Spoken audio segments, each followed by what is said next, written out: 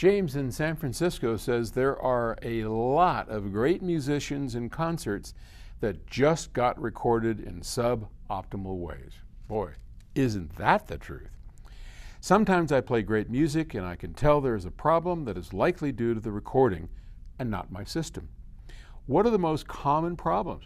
How do you assess such a problem and what can be done about it?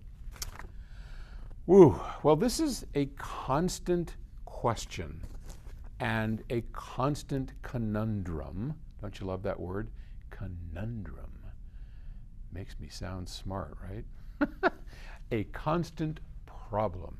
Because the better your system gets, the easier it is to tell both the good and the bad. And the beauty of a mediocre system is like mediocre food. It's all edible, doesn't taste great, doesn't taste bad. Great food, on the other hand, can be everything from orgasmic to you missed the boat on that one. And that always happens when we go to extremes. Now, being an extreme sort of person, AKA audiophile, I hate, despise, whatever you want to use for a term, mediocre. It's one of the reasons I don't eat oatmeal. I just, oh God, you know, give me the spice. I want it. So when you have the situation where there's great music, but a poor recording, it kind of breaks your heart. And what can you do about it? Well, not play it so loud. You can not do much about it. I hate to say it, but I think the other question he asked was, how can you tell? That's easy on a high-end system. When you put a good recording on, oh my Lord, when you put a bad recording, one that is harsh, compressed, it's so easy to hear. People come here, we get 2 or 3 people a day that want to take a tour of PS Audio. And by the way, you're more than welcome. Just, you know, we'd like it if you would try and sign up, but if you happen to find yourself in Denver or in Boulder, just come on by and we will accommodate you. We're family, okay? So we'll make that happen. But the guys get angry at me if they're like, tell them to call up and make an appointment. So yeah, do that, because sometimes we get quite a few in here. But anyway, when they're here, we'll start out playing known pieces that are really fun, great recordings, a lot of octave stuff. And then we give them the iPad and say, here you go, play whatever you want. And they'll inevitably go to something that they really wanted to hear. And they'll go, oh, I didn't know that recording was so bad.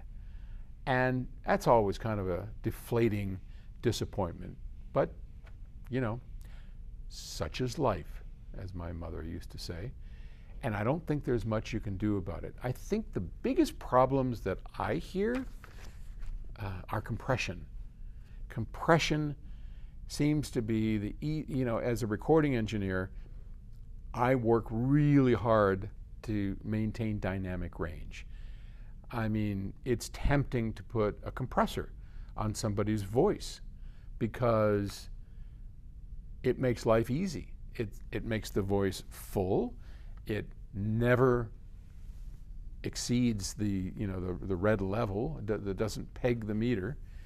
On a number of cases, I'm just working on one right now, an album by an incredible singer, Clay Rose.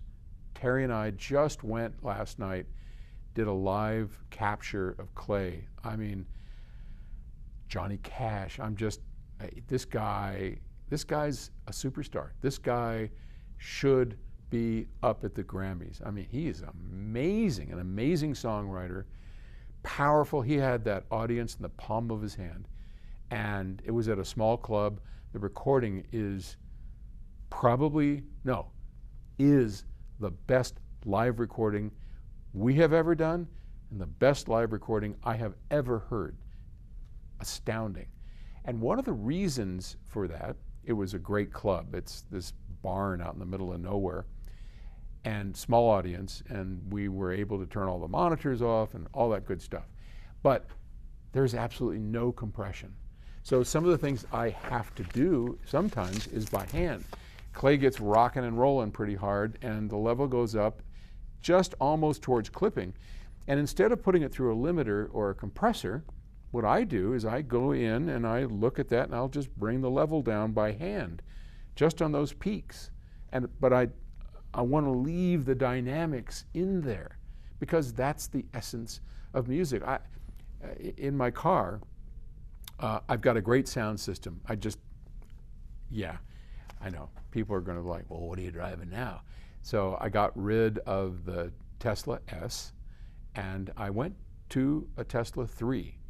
And I'm just in love with this thing. It's the performance, whatever. I mean, yeah, it's a model down from the S, but whew, what a job those guys did. Amazing. I'm so in love. And the sound system, really remarkable. I'm listening to Così fan tutte, which is a great Mozart opera. And this particular recording has wonderful dynamics because it's dynamic music. You know, they're whispering, they're doing stuff, and you're kind of like cranking it up and listening, and then it fills. I mean, it's not this kind of system, but anyway.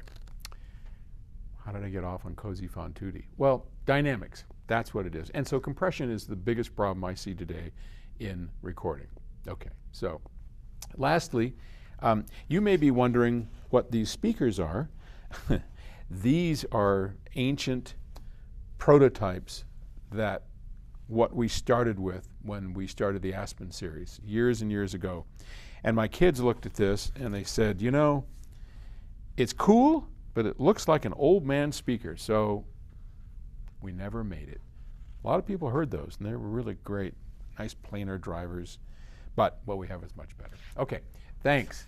Enough rambling. Talk to you later.